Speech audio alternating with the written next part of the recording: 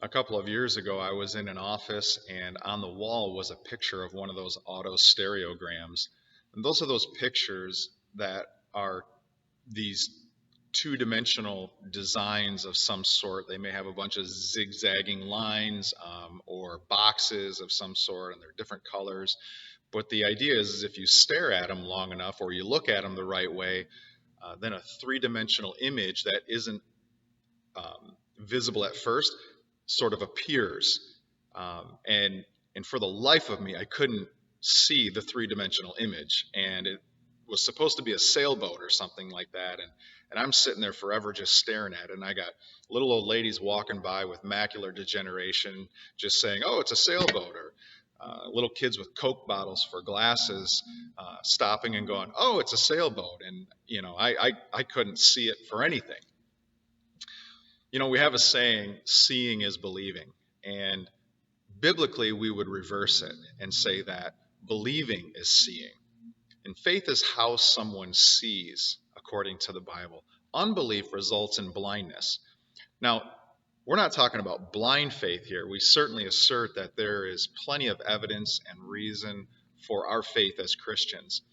But to see spiritual truth, we must open the eyes of faith. Now, why is this?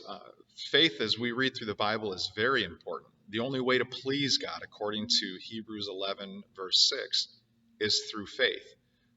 The only way to be saved, according to, the whole Bible, is through faith, not through works, but through faith in Jesus Christ. The one thing Jesus said that he will be looking for when he returns to this earth is going to be faith. Now, as you read through the Bible, what's interesting is you see different kinds of faith are mentioned. So, for instance, Jesus talked about faith as small as a mustard seed. He talked about, if you have great faith, like the centurion in Matthew chapter 8, or little faith. There's two-faced faith, according to James chapter 1. There's no faith. There's fake faith. And it really forces us to ask the question, what is my faith like? What is your faith like? And through our passage today, I hope to help each of us have a faith that is more like a man named Bartimaeus. Bartimaeus was a blind man, and he spent most of his days begging on the streets of Jericho. He was one of those many handicapped beggars that just littered the sides of the roads in the city. But he had something that no one else had along that roadside that day. He had faith. And he saw something because of his faith. He saw something that no one else was able to see. He saw who Jesus Christ was. And because of that, his faith made him get up and go to Jesus.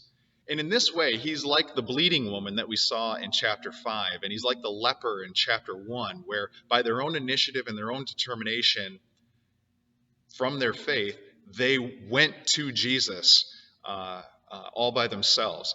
He wasn't like other people, like the paralytic that we saw in chapter 2. He wasn't like the deaf mute man that we saw in chapter 7, where other people went to Jesus on his behalf or brought him and led him to Jesus to be healed and interceded on his behalf for Jesus. This guy went there on his own initiative to find Jesus and seek him out. And no doubt, as we're going to see in our passage today, he faced a lot of opposition while he was sitting on the roadside seeking Jesus. But Bartimaeus was deaf to his detractors, and all he could see was getting to Jesus, and he wasn't going to stop until he saw him. The title of the sermon today is See Like a Blind Man. And my goal is that after this sermon and going forward, that we all see Jesus the way Bartimaeus does. And if we do, we're going to be much better for it in our faith. If we are seeing Bartimaeus if we are seeing Jesus the way Bartimaeus is, then there are going to be 4 things about our faith that are true. Number 1 is our faith will make us call on Jesus. Number 2, we will seize the attention of Jesus. Number 3, we will get answers from Jesus. And number 4, we will follow Jesus. So 4 things. If our faith is like Bartimaeus's, and we see the way that this blind man does, then 4 things are going to be true. We will call on Jesus, We will seize Jesus' attention. We will get answers from Jesus, and we will follow him.